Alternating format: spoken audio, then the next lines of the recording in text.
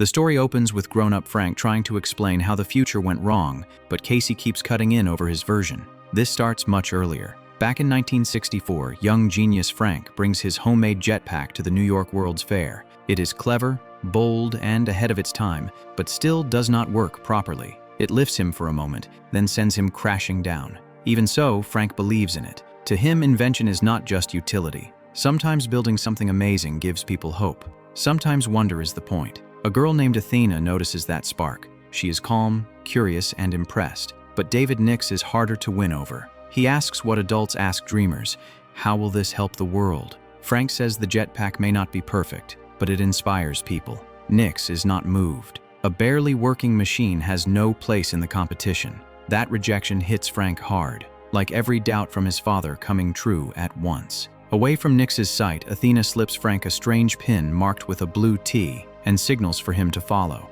It leads him onto the "It's a Small World" attraction, but not a normal ride. A scanner recognizes it, and his boat enters a secret passage. What looked harmless becomes the entrance to something bigger. Frank is pulled into a sleek transport car that feels like a machine tearing through space. He is excited for about 2 seconds, then terrified. When the ride stops, the doors open, and Frank steps into a place that looks impossible. He is high above the clouds, surrounded by futuristic structures. Then he spots Athena and Nix flying overhead, and it hits him. This is real. This is not a show or hidden exhibit. He has crossed into another world. Before he can reach them, robotic security arms send him tumbling off the platform. Below, he finds a machine with glowing eyes that repairs his damaged jetpack. The robots are not all hostile. Some understand what Frank is trying to become. Then human guards show up, and there is no time to think. Frank makes one wild choice after another until he is falling through open air. At the last second, he catches the repaired jetpack, straps it on, and fires it up. This time, it works. And once he rises through the clouds, he sees Tomorrowland in full. It is a shining city built for imagination, discovery, and people who refuse to think small. For a practical boy, it is like finding the one place that speaks his language. Athena meets him there, takes his hand, and leads him forward. For Frank, this is the beginning of everything. Years later, in 2015, we meet Casey with that same stubborn spark. She is smart, restless, and sees a system failing, then looks for a wrench to throw into it. Her father, Eddie, works at NASA, and his job is about to disappear because the launch site is being torn down. Casey cannot accept that, so she sneaks in at night and sabotages the machinery. She manages it once, but next time the police are waiting. Casey gets arrested, and after jail, someone unknown pays her bail. When her things are returned, one item in the box does not belong to her. It is the same kind of pin Frank once received. The second Casey touches it, the world changes. Instead of police station walls, she sees a dazzling, futuristic landscape. In the distance stands a city too advanced, too bright, too clean to belong to her world. Then the vision vanishes. She is back where she started, confused and hooked. She keeps testing it. When her dad touches it, nothing happens, which makes things stranger. For Casey, it opens that hidden reality every time. The problem is her real body still moves while her mind is locked on the vision, so she slams into walls and nearly wrecks herself. So she does the smart thing. She goes somewhere open. Out in a field, Casey finally gets a proper look. Through the pin, she walks invisible through Tomorrowland, seeing hover transport, jetpacks, floating water, futuristic maps, and young minds preparing for space travel. The place feels like a future built by people who believed tomorrow could be better than today, and that is exactly why it grabs her so hard. But the pin is not endless. A countdown appears. The vision breaks apart. Casey keeps going anyway, as if determination alone can hold the world together, but the battery dies and drops her back into reality, soaked and stranded near home. With help from her younger brother Nate, Casey finds a strange store in Texas advertising that it will buy a pin. Nate covers for her, and Casey heads out alone. While she is gone, Athena appears at the family home, looking as young as she did decades earlier. Nate realizes she is connected to Casey and reveals where his sister went. At the Texas shop, Casey meets odd owners who clearly know what the pin is. They explain just enough to make things more mysterious. Tomorrowland, they say, was created for the world's brightest minds, where innovation could thrive without greed, fear, or politics. It sounds like paradise for people who want to build the future instead of complain about it. Then the mood turns. Their questions stop feeling friendly. They want to know who gave Casey the pin. They lock the doors. They pull advanced weapons.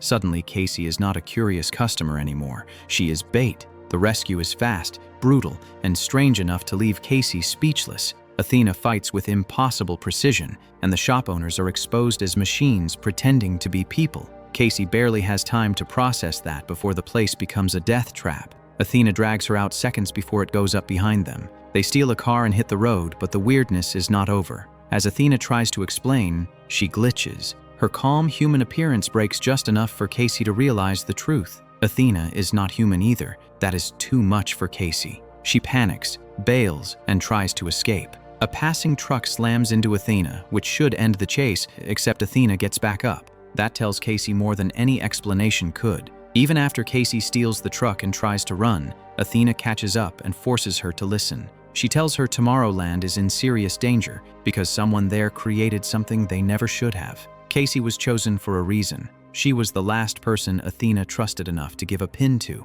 and now only one man might still help them: Frank. At the same time, dangerous agents disguised as government men arrive at the destroyed shop, erase witnesses, and report that the search is over. They have found the girl, which means Casey and Athena are not chasing a mystery anymore. Something powerful is chasing them back. As the trip continues, Casey stops seeing Athena as another impossible problem and starts seeing her as someone carrying a very old mission. Athena gives only pieces of the truth, but one thing is clear: she has waited a long time for the right person. When Casey wakes up, Athena is gone, and she has been dropped at the end of a lonely driveway leading to a strange farmhouse. It is a weird move, but by now Casey is too deep to turn around. She heads toward the house, gets startled by what looks like a guard dog, and notices something odd. The dog leaves no tracks, which tells her the dog is not real, and that is the perfect warning for the man she is about to meet next. Casey walks up to the farmhouse and tries the direct approach. She looks at the camera, shows the pin, and demands to be taken to Tomorrowland.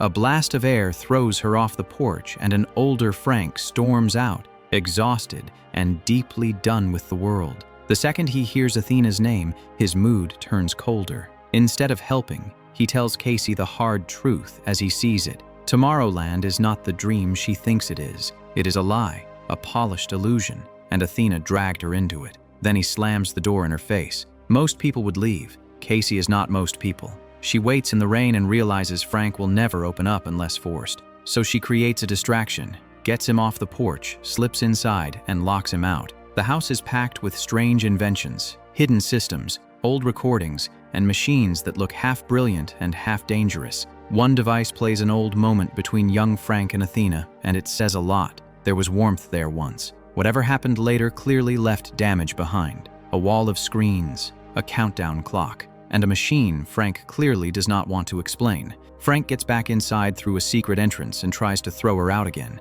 but Casey corners him with the question no one else seems willing to ask. What happened? What did he build? Frank admits he made the device connected to those screens. It reads probabilities, traces where things are headed, and shows how a person, a system, even a world may end if nothing changes. He tests Casey. If she could know the exact moment of her death, would she want to? Casey says yes, but then she pushes further. Knowing the future is not accepting it. If people surrender to a bad ending, they help make it real. If they still believe things can change, then the future is not locked. That catches Frank off guard. For the first time in years, he sees someone who still refuses to give up. Then the fake Secret Service agents find them. They are advanced machines wearing human faces, and they have come for Casey and Frank. What follows is a chaotic chase through Frank's home, and it becomes clear he may be bitter, but he prepared for this day. The house is one giant trap.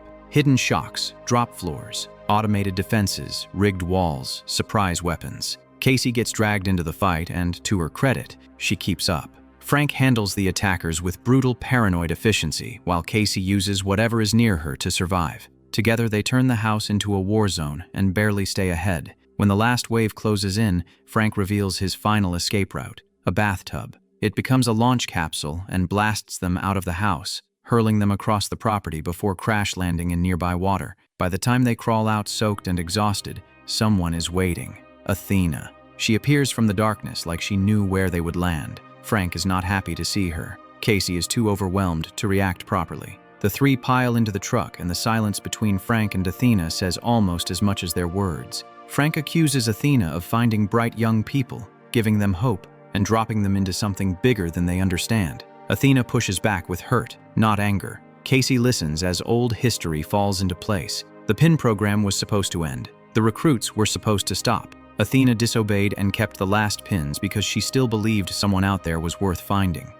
She believed that person was Casey. Frank still thinks belief is not enough, but even he finally admits they need to go back. He takes them to one more hidden system he built in exile, and from there, the real trip begins. Casey is left half-dazed, but powers through. Soon they reach the Eiffel Tower, where Frank reveals one of the movie's coolest ideas. The tower was never just a monument. It was a secret gateway built by history's greatest inventors: Jules Verne, Gustave Eiffel, Nikola Tesla, Thomas Edison. Frank activates the mechanism, and the Eiffel Tower opens to reveal a concealed spacecraft. It is ridiculous and wonderful, perfectly fitting what Tomorrowland was supposed to be. Science made magical, not smaller, but there is no time to admire it. Security is closing in, and the machines are still on their trail. The trio rushes aboard, the ship launches, and after one wild ride through hidden technology and collapsing distance, they return to Tomorrowland. Only now, it looks nothing like Casey imagined. The bones of the city are still there,